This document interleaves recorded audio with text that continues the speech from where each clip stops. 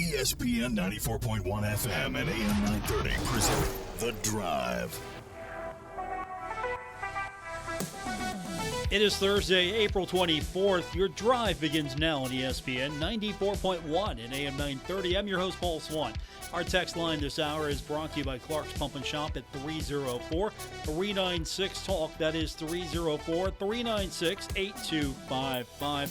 Coming up today on the program, we're getting started with Marshall tennis in a few minutes. John Mercer is going to join us.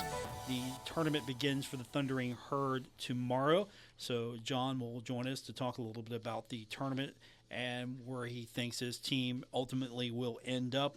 He thinks that they've got a shot for the championship, so we'll talk to him in just a few minutes. But until then, we'll get the text line open for you. And again, we'll keep that at 304-396-TALK, 304-396-8255. I know later in the program, I really want to go over with you some of the comments I got yesterday and today about the proposed fee increase for the students. It was reported in the Parthenon that Marshall Athletic Director Christian Spears spoke to the SGA. And I wanted to clarify a couple of things. I know that the SGA said, no, we're not really interested in something like this, and there wasn't an actual formal vote, but this will be something that you would go to the Board of Governors to.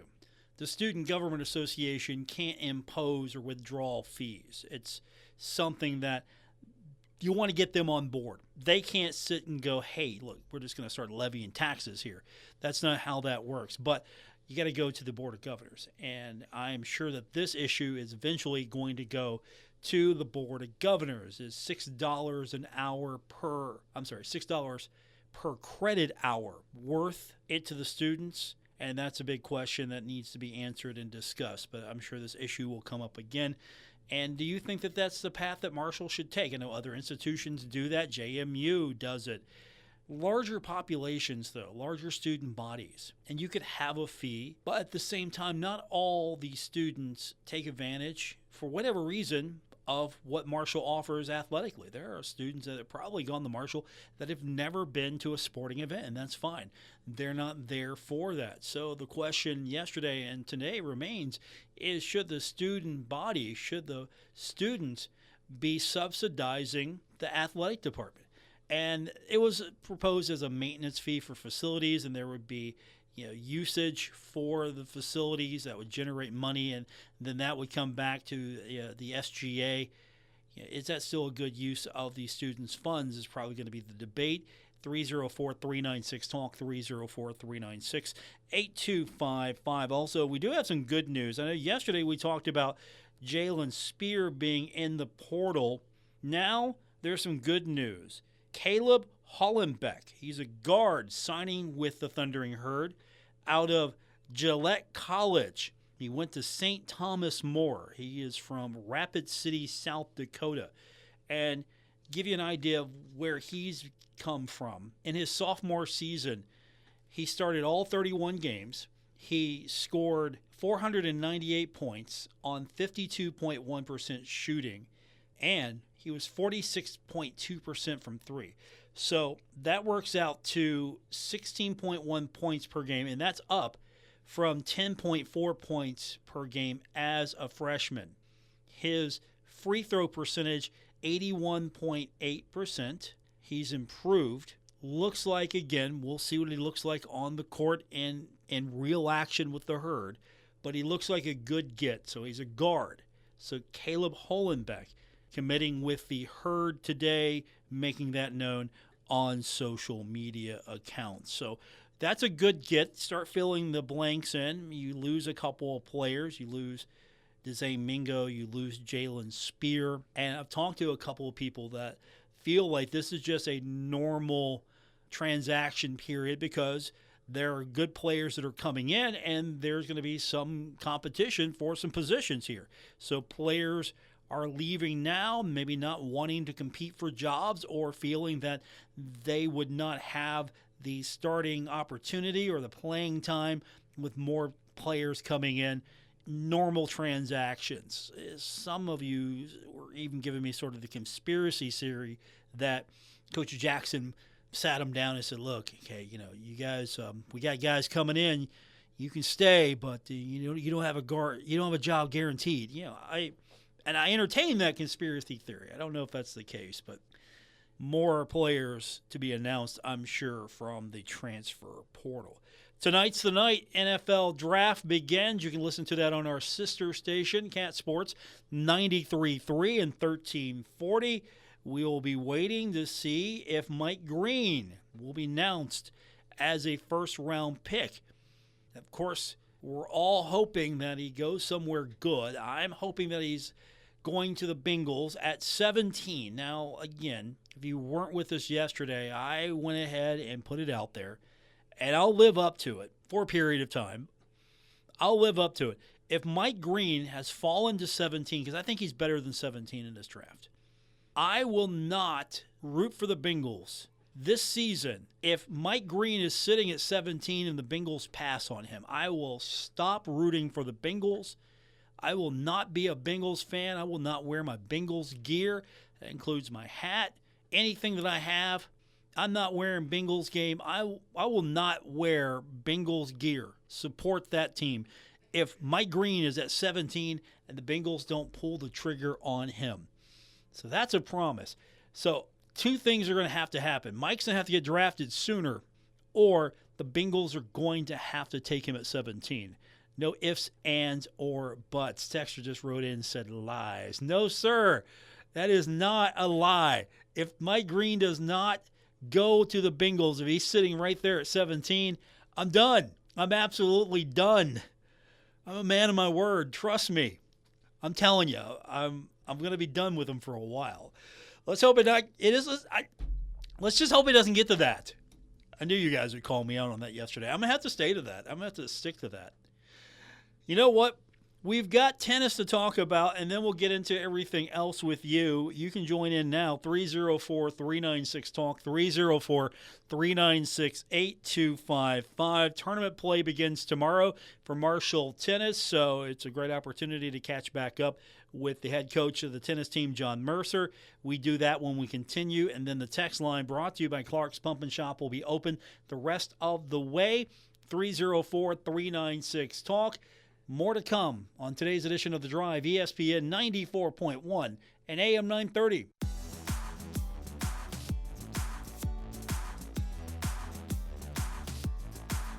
You're listening to The Drive with Paul Swann on ESPN 94.1 and AM 930.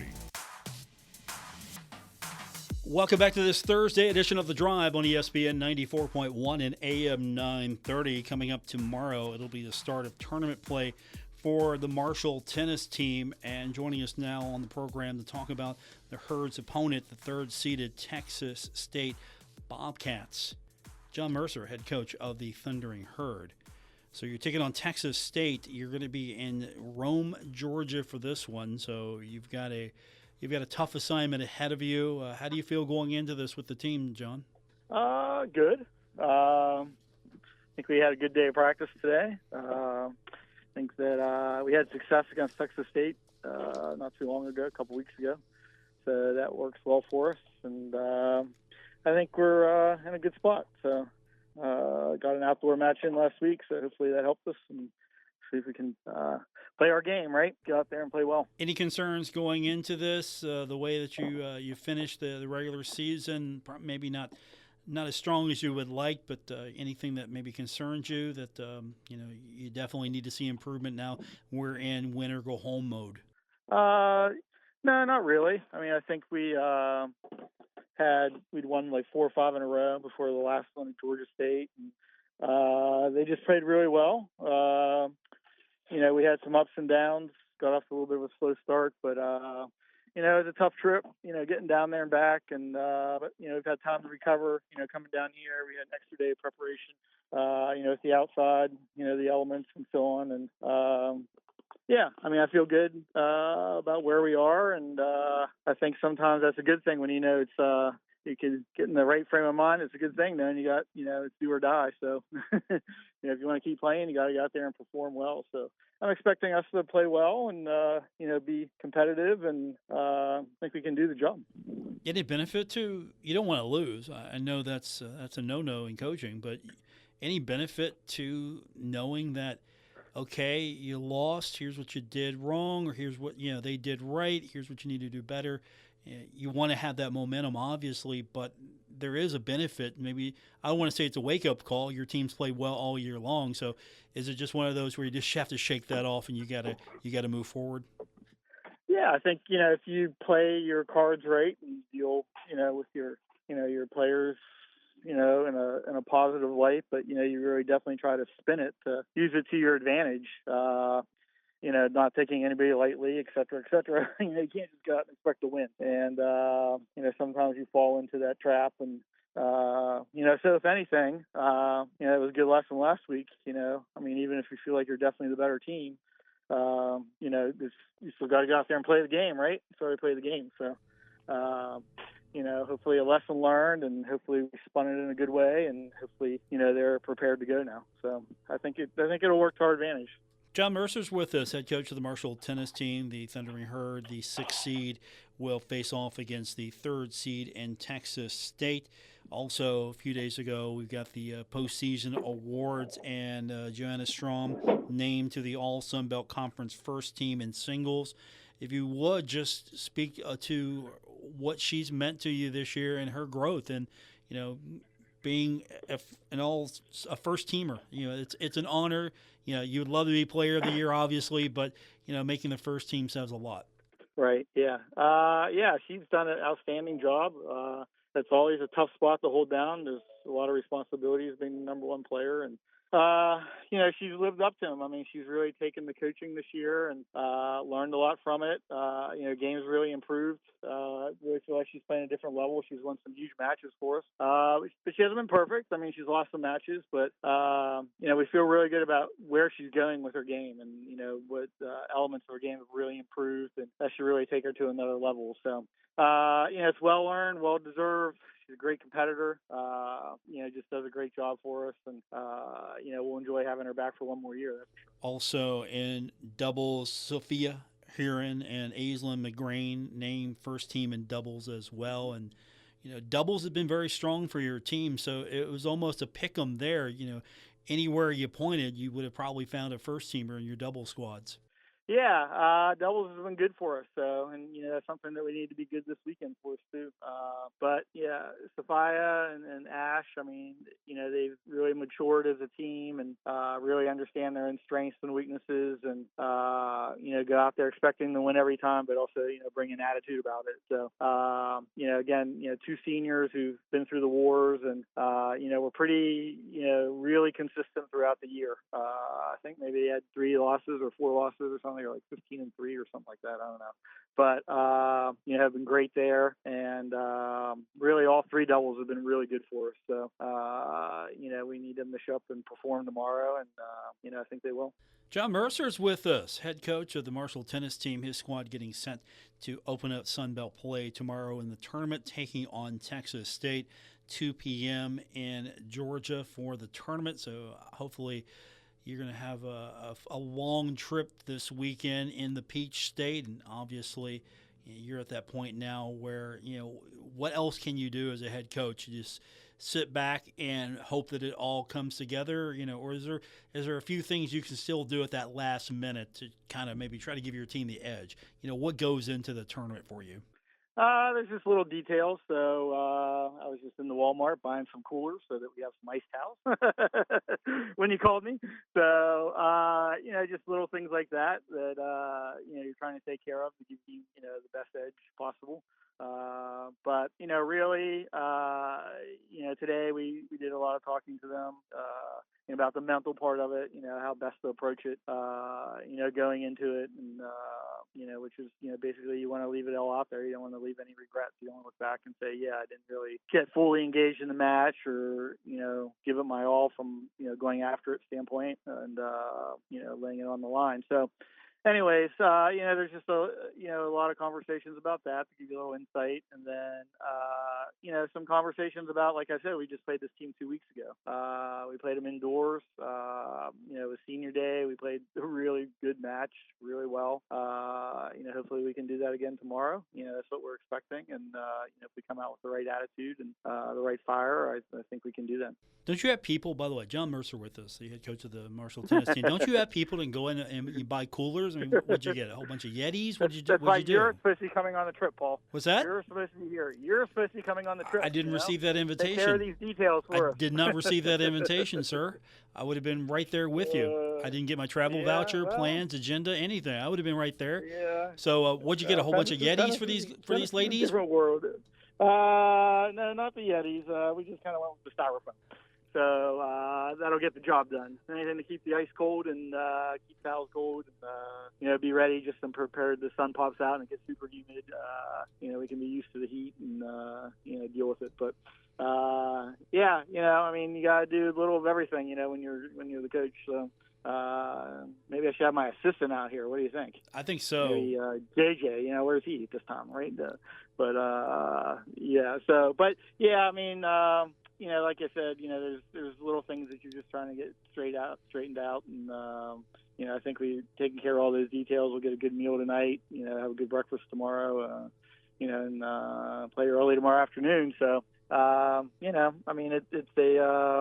it's 3 matches, and the first one you just got to go in with that grinder mentality. It's going to be a battle, so we got to expect them to play well, and that's really the key. How you're going in to approach it. You can't just expect them to kind of lay down and not show up just because you played so well against them last time. So you got to expect the battle and you'd be excited about it, and want to put on a show. So that's what we're going to try to do. Is there an advantage playing early?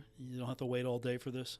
Well, we're playing at 2, so we're actually on the second flight on. Okay. There's 2 matches at 10, 2 matches at 2. So, 2's good. It just might be a little warmer. But, it's all good. Either time, it doesn't matter. So, as long as you're not sitting around and playing at midnight, that's fine. But, 2 o'clock's good, and we'll be ready. That's our normal practice time. We're usually in the middle of the afternoon, so we're used to that. That's important. The routine is that difficult when you're on the road like this in a tournament atmosphere to try to keep that routine and at the same time to roll with the punches? Yeah, I think when you get into the elements, we have the indoor, outdoor. If it does rain, you got to go indoors. Conference is making a call whether they want to wait out the rain and try to keep it outside and play a little bit longer and so on. But, that's something that's just out of your control. So, we're just going to have to deal with it, whatever pops up. It rains right in the middle of the match, and then we got to sit around for 2 hours and we got to do it. The other team's got to do the same thing. So, if it rains in the middle of the match and we go indoors, hey, we'll go play them indoors. So, we got to approach this, with a little bit of a chip on our shoulder. So, like you said, the last match of the season didn't really go how we had wanted it to or expected it to. And, now, we've had a great season, but, we need to kind of prove where we belong in the Sun Belt. My guest is John Mercer, getting set for Sun Belt tournament action, opening it up tomorrow against third-seeded Texas State, 2 p.m. in Georgia. Hopefully it's the first of a long trip in Georgia before you win the Sun Belt Championship, and then we'll have a parade for you when you come back, John. It sounds great, and you'll handle all the little details, right?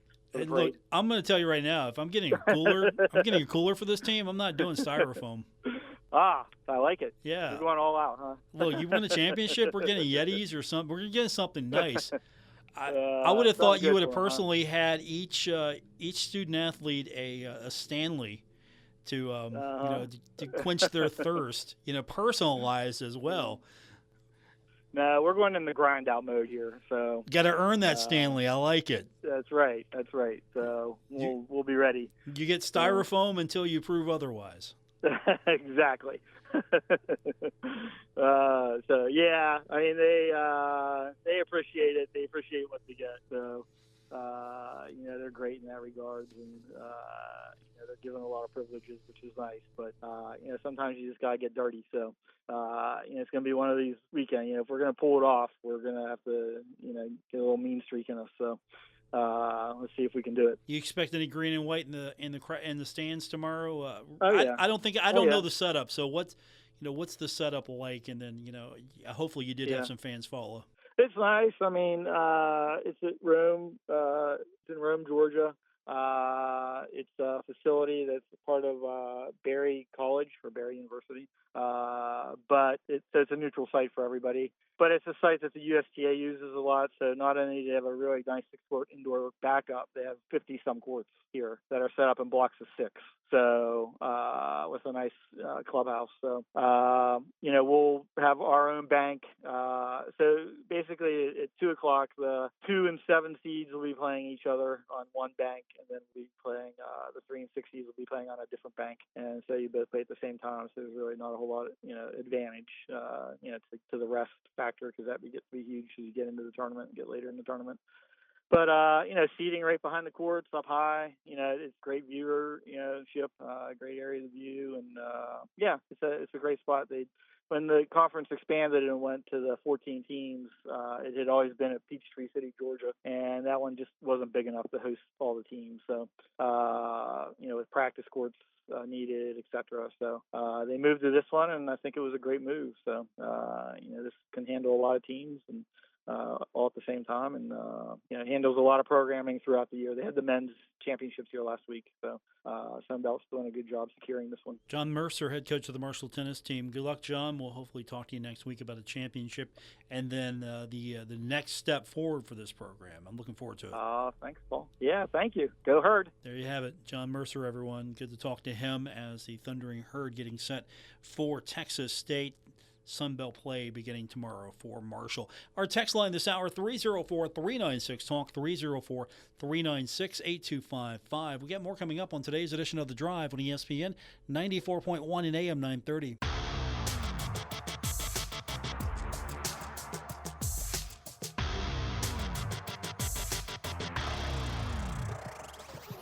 This is The Drive on ESPN 94.1 and AM 930. Follow at Paul Swann on X for Marshall sports updates and more.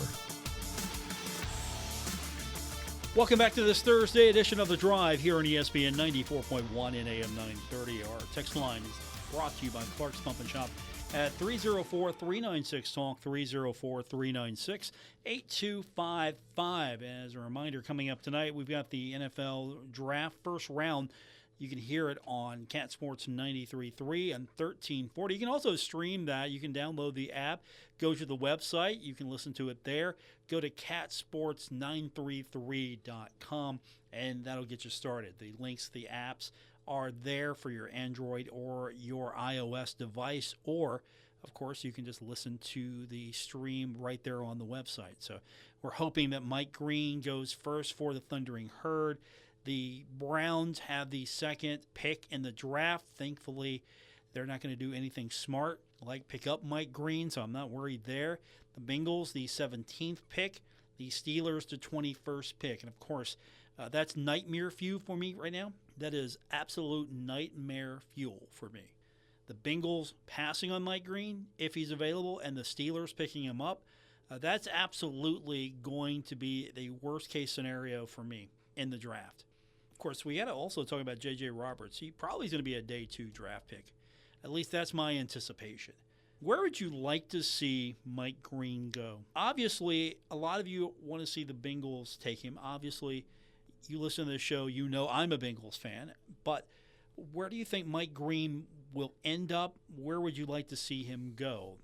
You can text that in now, 304-396-TALK, 304-396-8255. So while we're getting set in text line, baseball yesterday, and I don't know how I feel about this. Marshall beat Morehead State 32-15. You look at that score and you're thinking, okay, Marshall's playing Morehead State in football again, and the Herd didn't do so well, gave up 15. No, that's your baseball score. That's your final, 32-15.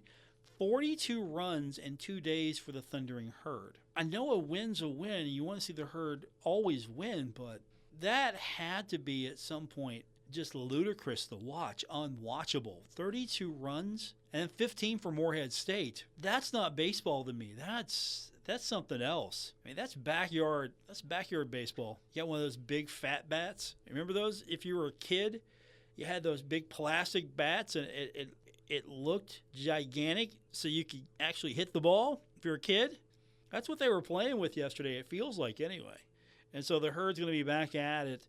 Got a series Sunbelt play against South Alabama. That's coming up Friday night at 6 at Jack Cook Field. And then we're going to have the Saturday game. It's going to start 4 o'clock. You can listen to that, our Saturday showcase, right here on ESPN 94.1 and AM 930. Baseball, Major League style. Pirates got the win over the Angels 3-0.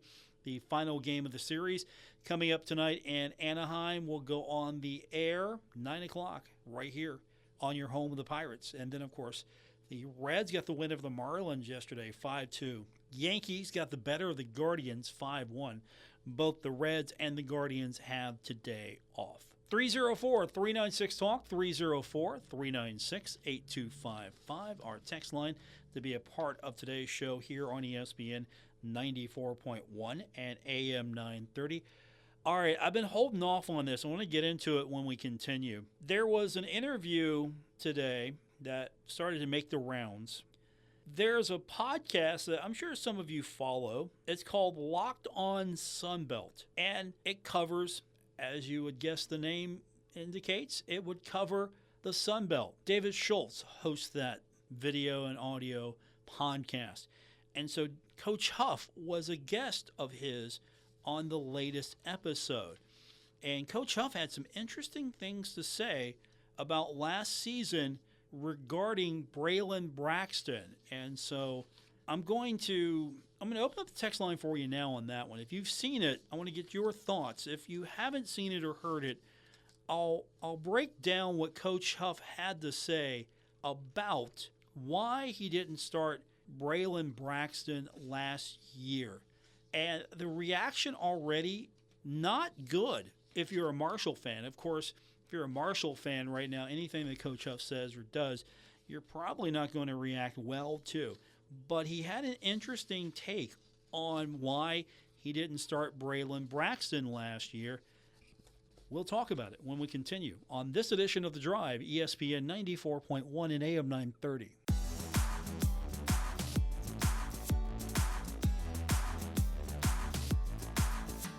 This is The Drive on ESPN 94.1 and AM 930. Miss an episode? Catch it anytime on Apple Podcasts, Spotify, or wherever you get your podcasts.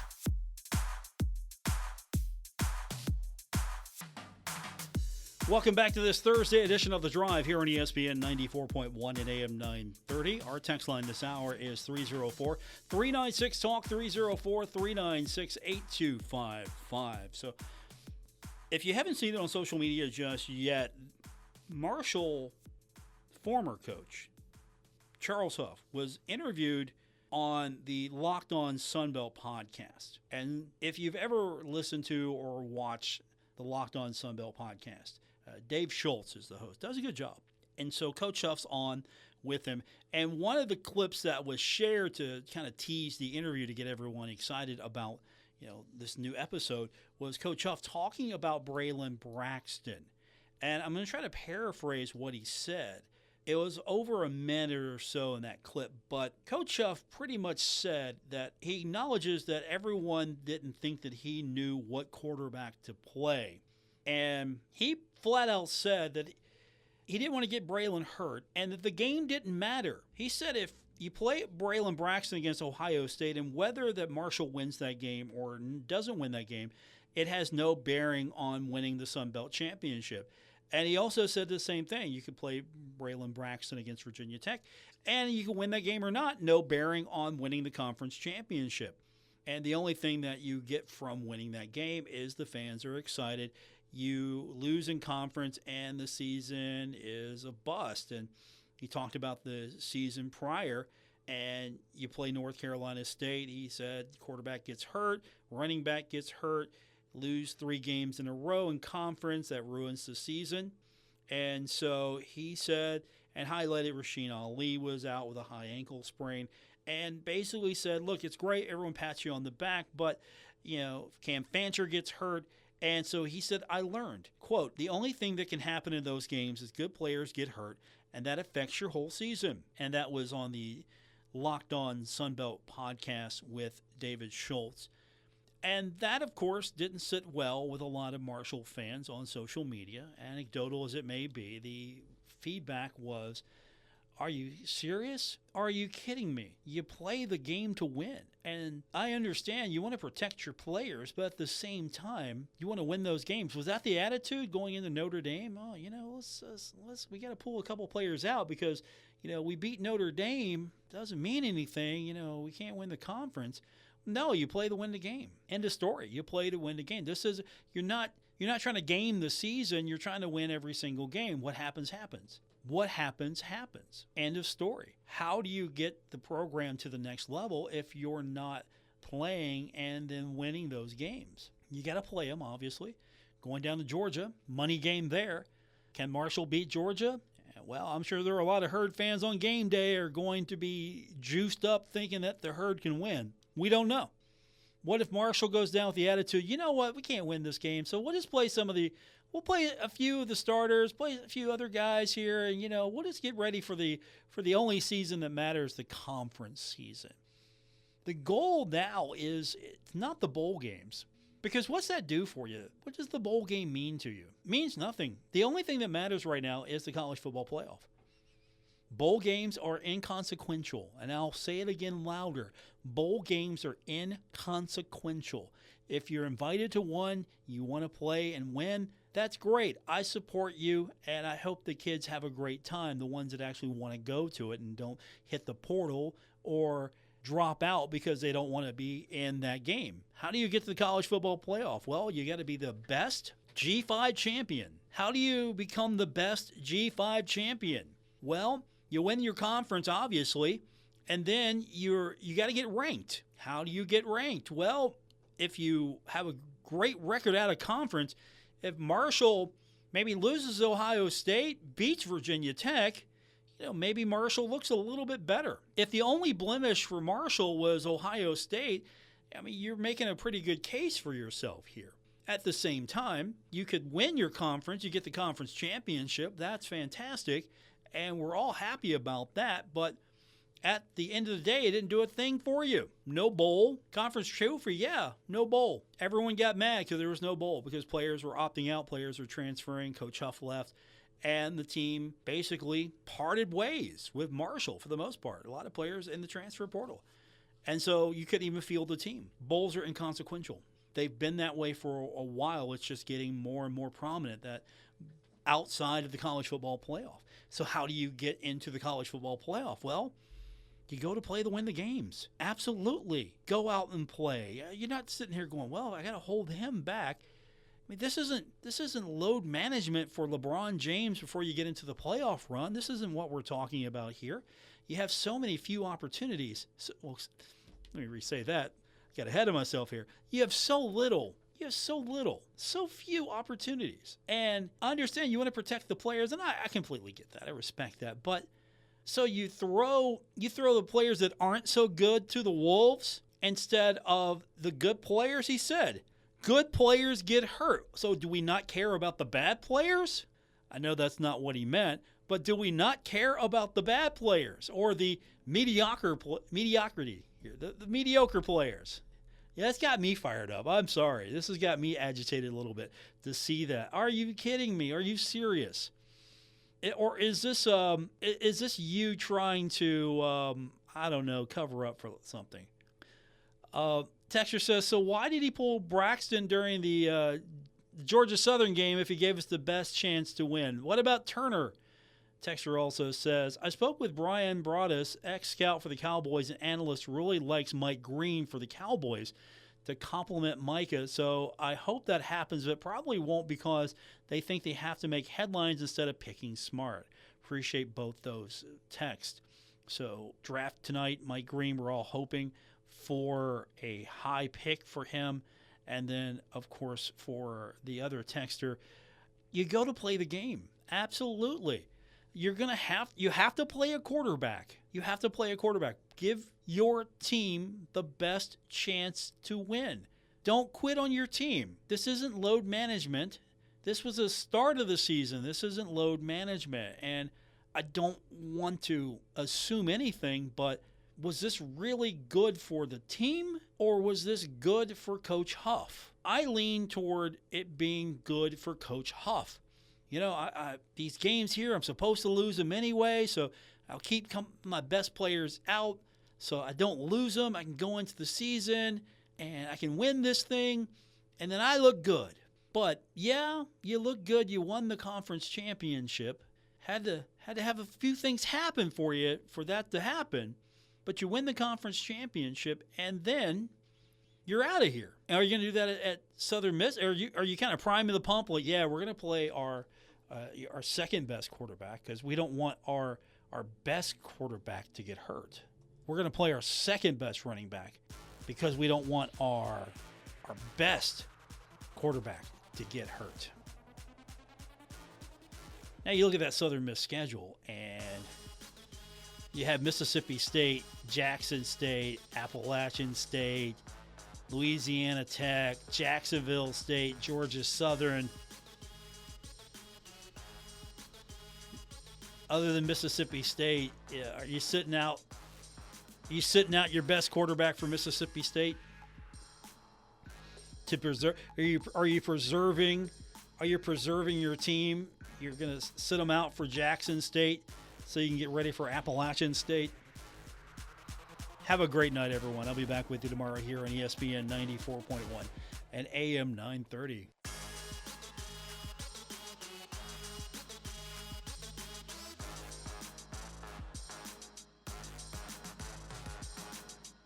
Broadcasting from the Dave & Buster's studios. Eat, drink, play, and watch at Dave & Buster's in the Huntington Mall. ESPN 94.1 and AM 930. WRBC, W231BS Huntington.